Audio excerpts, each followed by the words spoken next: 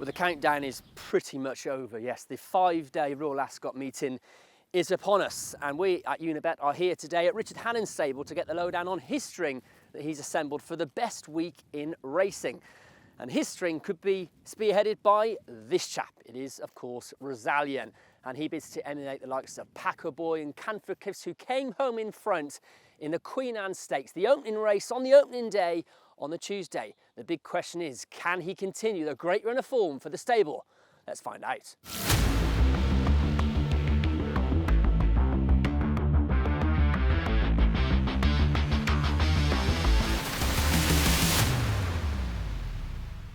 Okay, Richard, here we are. 5 days to look forward to. It's upon us, Royal Ascot. Very much looking forward to it. It's a meeting that you've got a good record at, actually. I think your first ever runner at Ascot was a winner, wasn't it? Was that you know it was, yeah. It's Tormore in the Queen Anne. And hopefully it might be the same this year. It'll be one of those weeks where you go big or go home. First race on the first day, Rosallion. And what are we thinking? How confident are you, and how much forward is confident? I'm confident he'll go there and run his race. He's obviously got to reverse the form with the first two in the lock-ins, which won't be easy. But hopefully he's race fit now. You know, he appears so, and Timmy Murphy says he feels much sharper. So we're very hopeful just to get a bit of fast ground, and it's going to be a great race. How crucial is the ground going to be for him, especially in a race? Well, I think as long as it's good or better, I think he'll be fine. You know, he's won. I think it was good ground when he won the listed race. He was very impressive in the Pad Edery, the Wingfield Stakes. Arguably his most impressive performance, that was. So it's a straight mile. They'll go quick. There's an awful lot there that are pluses for him. You know, and he's unbeaten at the track as well. Let's just talk a little bit about the lock-ins then. I know in your Unibet blog you said, you know, there's nothing else you can do with him at home or away because he was as straight as you could get him. But did it just surprise you a little bit as to how much he did need that first run? Yeah. I was staggered how much he blew in after that lock-inge, and he had done loads. You've taken him away 3 times. It just shows you, especially as they get older, they need that first run, and he definitely needed that. He needed it last year. You know, finished second in the 2,000 guineas, went on and won the Irish 2,000 guineas, and then the St James Palace Stakes. So, you know, traditionally, he needs it. What was the feedback from Sean after the race? He got off him and he said, yeah, win the Queen Anne. So I went to Charlie Appleby. I said, well, I won the race that was between me and you, Charlie, which I was delighted about. He said, yeah, but William said he'd win the Queen Anne. I said, well, here we go again then. It'll be fun. And it will be. It'll be a great race, and I'm looking forward to it tremendously. I think there's a lot of people will be turning up there early on the first day to make sure they get in and get their spot sorted to watch what will be a fascinating race. If we just look further down the line, are you looking at perhaps stepping him up to a mile and a quarter later this season? No. So you do think he's an out-and-out Yeah, mile? he's doing nothing wrong over a mile, in case you haven't noticed, Brett. No. Or Unibet vloggers. If it ain't broken, why fix it? If it ain't broke, don't fix it. I quite agree. Let's just make sure we can win over a mile. And as you said, I'd rather come back the other way, you know. Really? Yeah, I would. I'd rather come back to 6 than I would a mile and a quarter. You just got that much pace? Yeah. How important is it to get that monkey off your back early, so to speak? First race, I suppose it makes you can relax a little bit more. I remember when Tornado won it, the Queen Anne, my first year. And the rest of them ran really moderately all week. Everybody kept coming up, walking back out to the car park after racing on every day afterwards, saying, well done, Richard, what a great Royal Ascot you're having. Really? Didn't seem like that to me. But I mean, you know, you get a winner on the board early. Yeah, it makes a huge difference to your swagger, I suppose.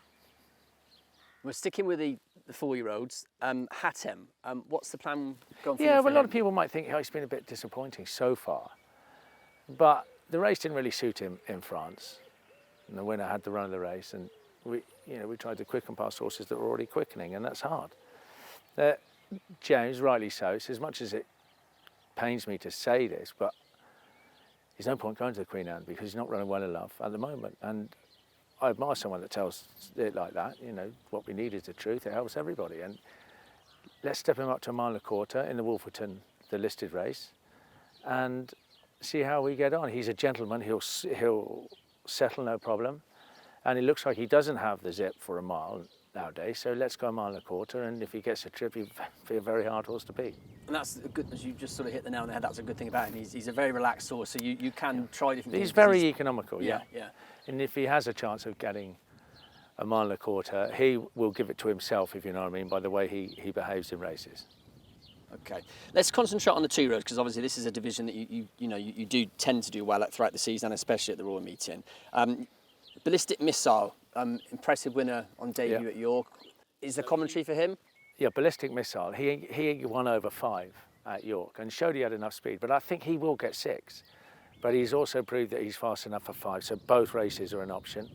And the same with First Legion. He won over 6 and we brought him back to 5, but he could go back up to 6 or he could stay at an Ascot 5. So he could go in either one. I'm not sure which way around we're going to go yet. We'll speak to Paul and the guys at Yulong and go from there. Rakeb's another one that will run in the Coventry. That was a good run in the Woodcut. Very good run, really pleased with that. Sean thought he would have gone very close if he was drawn better.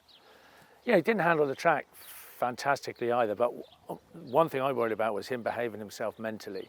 And he did that very well, surprised me at Epsom. And very happy to see him run a very, very good race. With the 2-year-old races, I know you like the Persian Force a few years ago, Memas and even Threat going further down the line. You sort of knew you were targeting those horses at the Coventry. They were all second in the Coventry, can you believe that? I know, yeah. You knew you were going to go for the Coventry with those horses. Yeah. The fact you're saying you're not quite sure where you're going to go. Well, I think you can duck and dive this year because both of them, as did the other horses actually, both those horses have the speed for 5. So it's nice to have the options. And, it makes a difference to where you go after Ascot. Do you go Robert Papin, do you go July Stakes, or, there's a few different races. But I like the way they are, malleable into 5 or 6 furlongs. Of course, the Coventry is always a very good race, and the odds-on favourite now doesn't go, so it's looking slightly more attractive. And with regards to Ballistic Missile, I know you can tell from a lot of your form you tend to let them have their first run, but the fact they both managed to win first time out at York, it takes some doing. Yeah. I mean, how was it a surprise that they were able to do it first time, or were you quite confident? It wasn't a surprise. I thought they were nice horses, but it's surprising when you win like that first time. And I've been very happy if they'd have gone there and finished 3rd or 4th. And if you're going to win first time out as a 2-year-old, you basically have to be group class to maintain any sort of a ongoing season, and both of these are.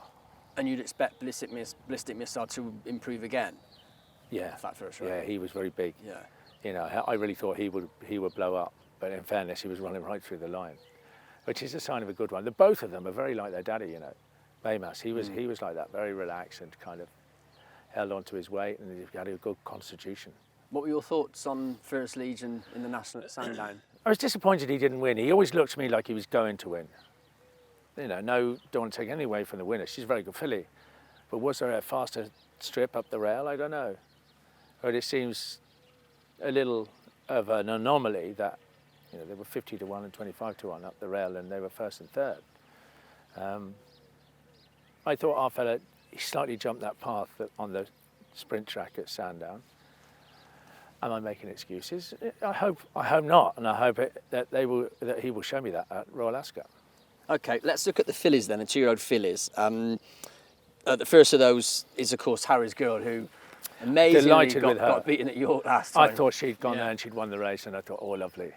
I got a quarter share in her, and I was cool. She lost that in defeat, though, did she really? No, she didn't. She's a little bit of Harry's angel in her, though. In the gate, she's not that straightforward. So you've got to watch that. And the Queen Mary, there's going to be a lot of runners. I just hope we get a nice draw so that we don't have to go in too early, because she could be dangerous in there. She's very fractious. Tom Marquand referred to that as well. But I like her. She's very quick. If they've got a bit of give in the ground, her chance goes up. I can't believe she's something like 20 to 1, and she'll take a lot of beating, especially if they go flat out, which they always do in the Queen Mary. And she's obviously quite a precocious filly, because she won first time out early in the season as well. She's a good filly, and I'm hoping she'll win the super sprint as well. But I don't mind taking the Queen Mary on the way through. Brett, easy game. Yeah. What about Indigo Dawn? Got the lovely filly. Did you see the way Pat Dobbs rode? It was just a lovely ride, and didn't give her a smack, just let her travel in his hands. She's a very classy filly. We knew that we thought that at the Breeze Up sales, and then got her home, and she was really lovely and relaxed, a lovely moving filly. Ascot, does it come too quick? I hope not, but it could do. She's a very smart filly. Tahalel, we saw her just once at Haylock. Where are you looking? She's a good filly. So I was slightly disappointed she got beaten, I've got to say. Sean seems to think she's a long striding filly. She might want 7, which is fine. All depends on what Sheikh Joanne wants to do, and we'll speak to him towards the end of the week and decide whether we go or not. I think I'd probably rather go. She always looks quick enough for 5 to me, but I think we'd have to go 6. So it would be the Albany, I think, if we go. Okay. If not, we'll go to Newbury this week and then go to the Empress at the end of the week after Royal Ascot. Okay, 3 roads now. Just a quick line on Nighttime Dancer running in the Derby. Well, delighted. So there's 3 ways of going. There's 4. There's Irish Derby. Don't really want to get involved in that. There's the German Derby. There's the Queen's Vase at Royal Ascot, 1.6 miles. But there's a 1.5 mile race for 3-year-olds only, called the Bahrain Trophy, at the July meeting. I think that's where we should go. He's a nice guy. It could be a St Leger horse. I was really, really pleased with his run. He didn't look like in the trial at Lingfield he was going to get a 1.5 miles. So he rode him on Saturday to get the 1.5 miles. And if you tell Jamie Spencer, tell Jamie Spencer to take his time, right?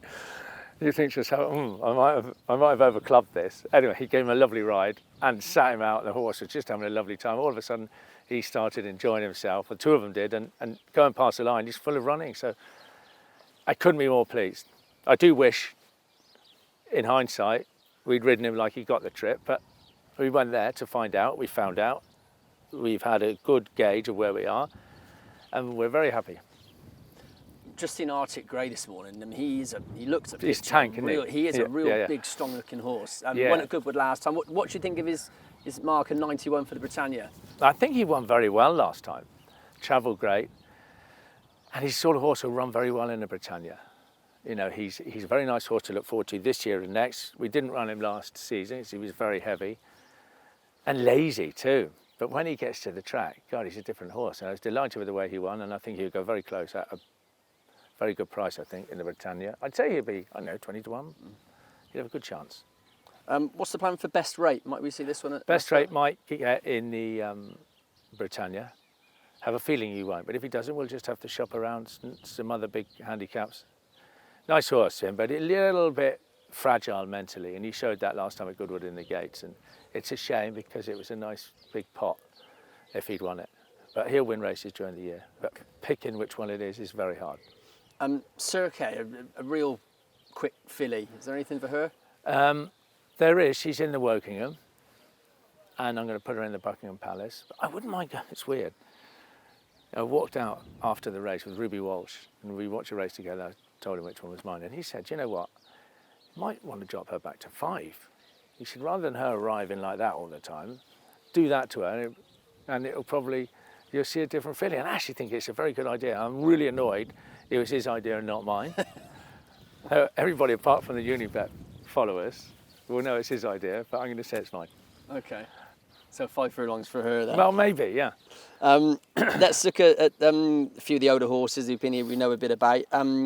Witch Hunter, he's back up the same mark as when he won a couple of years ago. You told me you were going to let me say that. Oh, it was interesting, that little fact.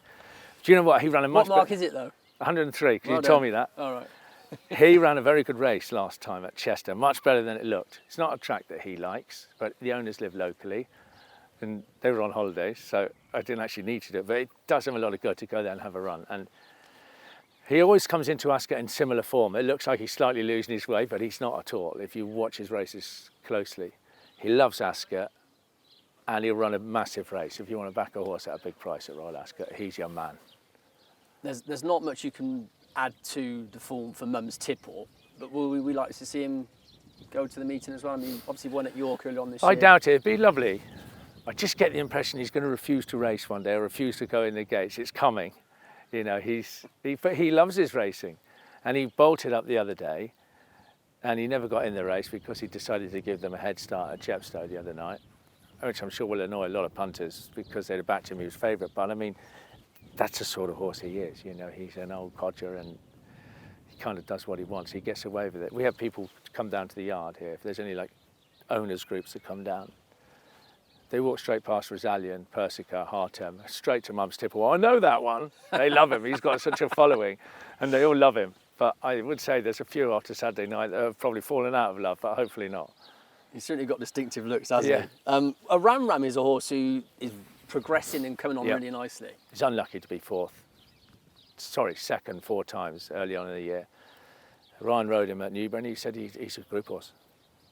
He doesn't part with those words very often. And so Tony Hind, his agent, rang up and said, we'd like to ride a Ram Ram at Royal Ascot. So I said, hang on, let me think about that. For a second. Absolutely you can. Yeah, sure. So he's riding him and in the Wokingham, yeah. Okay. I mean, he looks quite a progressive horse. Oh, he is. And you saw him, he's big, good looking. Yeah. There's not a lot, I don't think, between top sprint handicappers and top sprinters. And I think he could turn up at the top one day. Okay. What about Dark 30? He's another consistent sort. Yeah, he's going to go Wokingham. Very quick. I was very pleased with his last run. He ran well at York. If he hits the gate and rolls, he's a hard horse to peg back. Be hard to do that at Royal Ascot.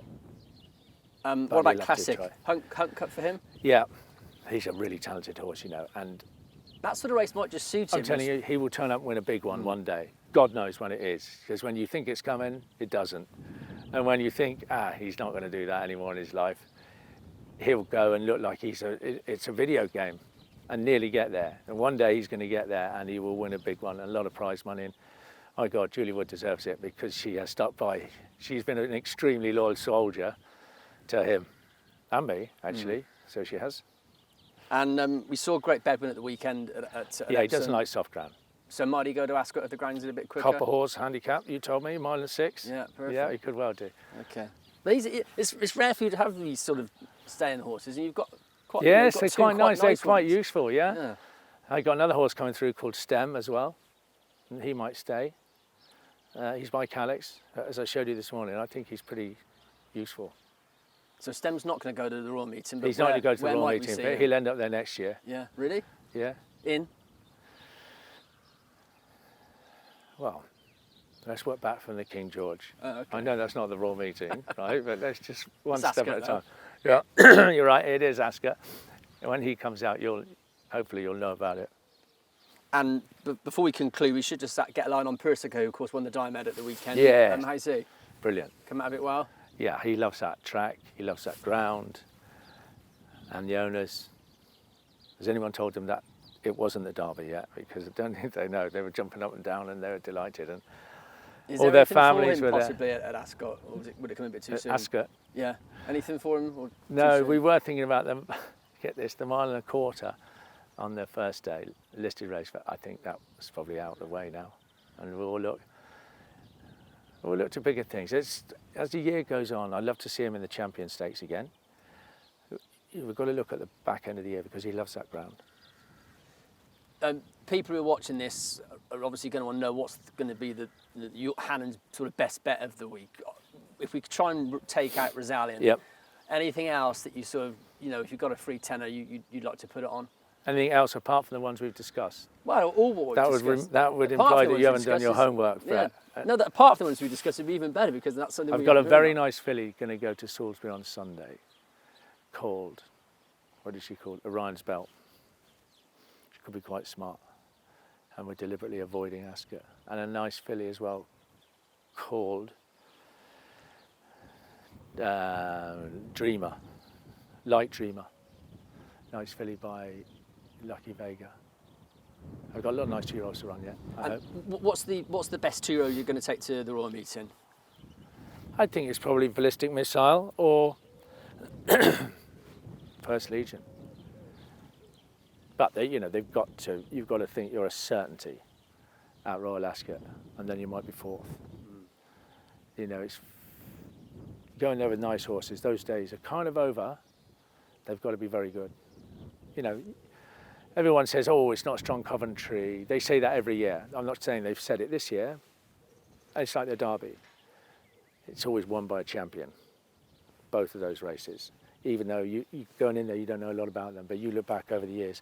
And every single one that's won the Coventry has been a household name of a stallion or something. So hopefully we've got another one. I don't know, but you never know. Didn't he win it as a maiden? The horse of Clive Cox's, Nando Parado. Yeah, big price. Yeah, I think he was a maiden. Okay. And then Mill Reef won it first time out once. So it does happen. Yeah. You never know. I'm not going to run one in it first time out, don't get me wrong, but you need a good horse to win it.